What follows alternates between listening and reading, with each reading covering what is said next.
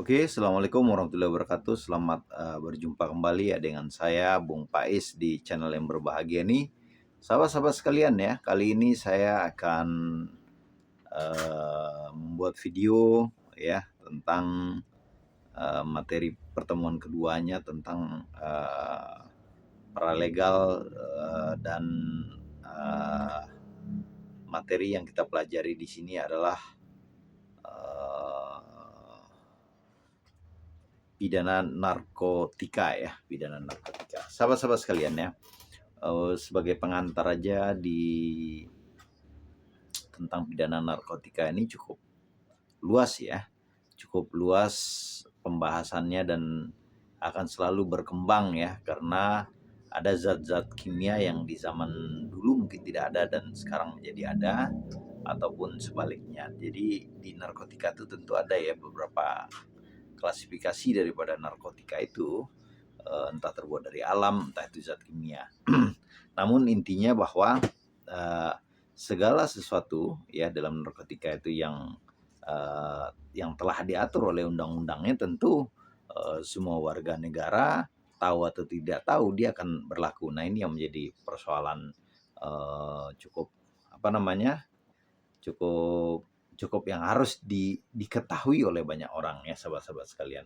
Jadi tidak ada alasan kita tentang misalnya kita pakai kecubung atau pakai yang lain terus kita bilang nggak tahu, atau kita makan apa bikin sayur daun dari daun ganja terus kita nggak tahu ya.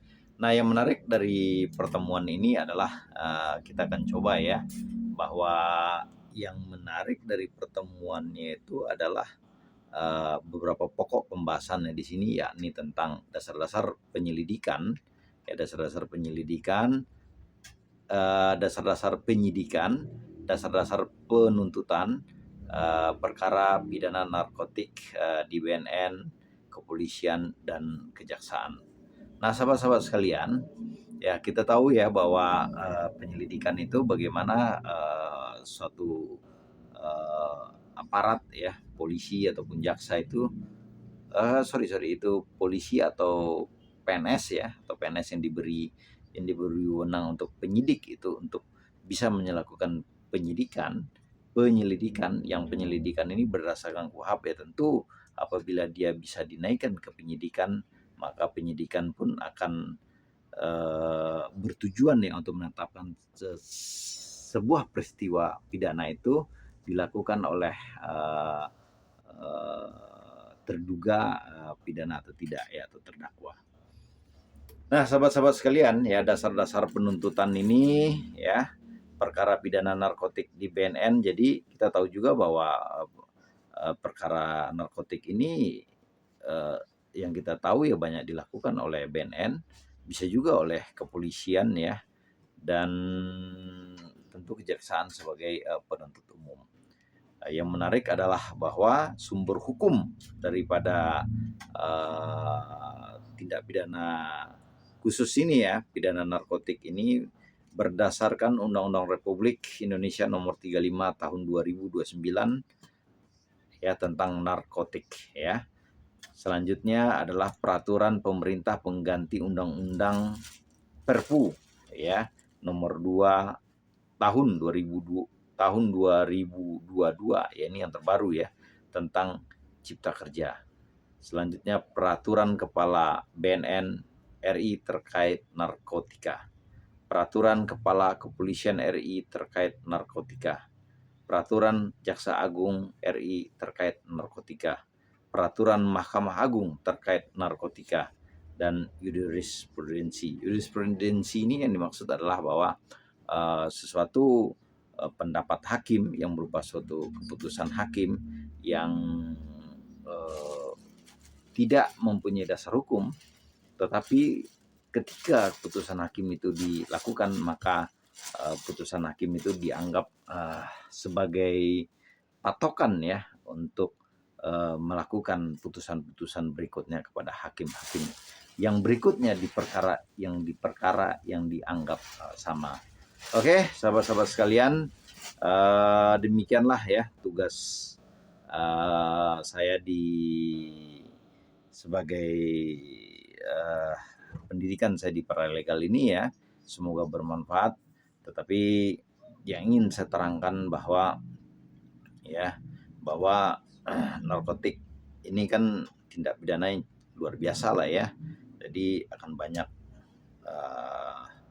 hal-hal yang jelimet lah kita tahu ya, seperti kasus Teddy Minahasa ya, dia sebagai Kapolda dan dia sebagai penyidik ya, melakukan atau membongkar sebuah kasus yang pada akhirnya dia sendiri yang harus terjerat. Dan kita lihat banyak sekali aparat hukum yang terjerat kepada tindak pidana narkotik ini, karena kita tahu ya di narkotik ini fulus itu banyak, dan kita tahu ya bahwa manusia itu materialistis dan secara naluri dia akan sulit menghindari materialistis tersebut.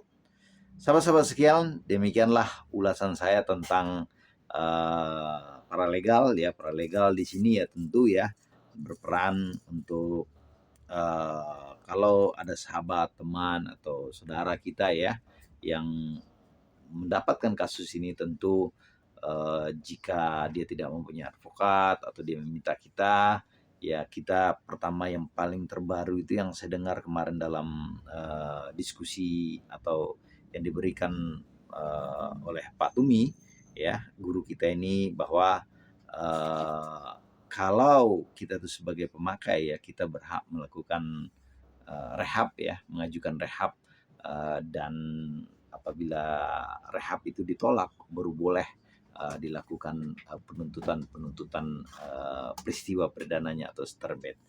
Sahabat-sahabat sekalian, ini cukup melegakan kita semua ya, bahwa tentu negara harus melindungi rakyatnya, di mana di situ ada yang untuk pemakai, di situ ada untuk pengedar, dan tentunya pengedar ini kita harus hukum seberat-beratnya. Tentu untuk pelaku juga kita harus memberikan suatu punishment yang berbeda, dan itu negara sudah membuktikan dengan kita mengajukan rehab duluan. Akhir kata, billahi taufiq wal hidayah. Assalamualaikum warahmatullahi wabarakatuh. Dari A. Faiz. Terima kasih. Thank you.